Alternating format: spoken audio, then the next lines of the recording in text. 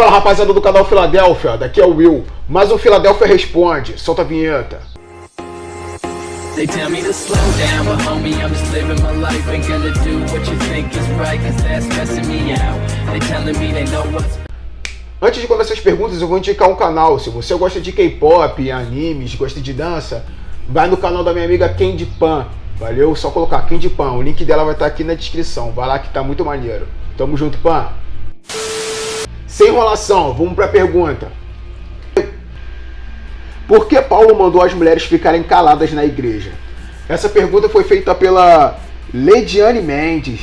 Aí, eu olhei sua foto no perfil aí, tá gatinha, hein? Manda um direct.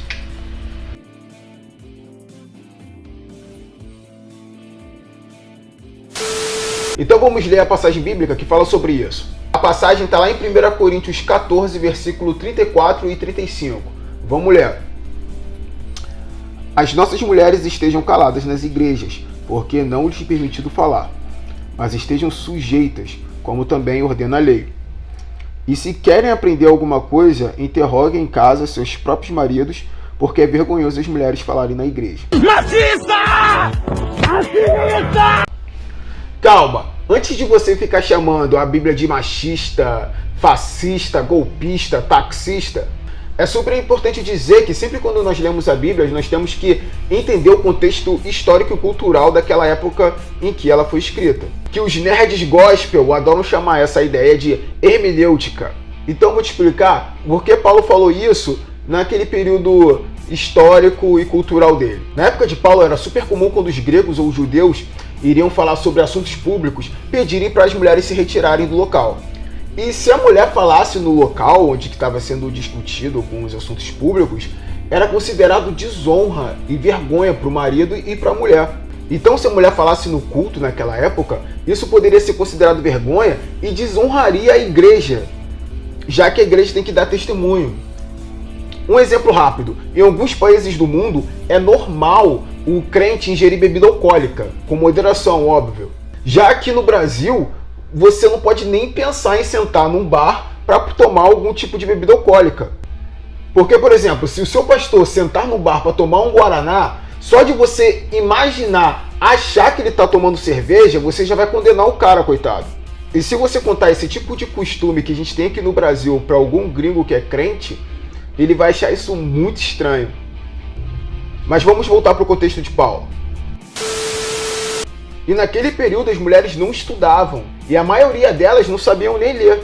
Logo, elas não estavam acostumadas a estar em um lugar de ensino em que o professor primeiro faz a explanação para depois abrir o espaço para a pergunta dos alunos. Então, como é super normal para um aluno novo ter diversas dúvidas, então, cara, como as mulheres estavam ali no lugar de ensino, seria normal elas começarem a falar para querer sanar as dúvidas dela, tanto para o pregador, tanto para o marido, que estava do lado dela ali, né? Então Paulo orientou que elas ficassem quietas e fizessem perguntas só em casa para não atrapalhar o culto, porque seria inconveniente, né, também elas levantarem no meio da explanação para ficar fazendo pergunta, além de ser desonroso conforme o contexto da época. E também, se ela ficasse perguntando baixinho para o marido do lado, coitado, o marido não ia nem conseguir prestar atenção no culto, né, na pregação, né, ia desconcentrar o cara. E Paulo não era machista, tanto que em 1 Coríntios capítulo 5, ele fala da importância das mulheres que oram e profetizam dentro da igreja. E vou te dar uma outra ideia para você entender a importância de você saber o contexto histórico-cultural de um texto antigo. Imagine uma turma da escola no futuro, lá no ano 3000. Aí eles estão estudando o Rio de Janeiro no nosso ano, Rio de Janeiro 2018.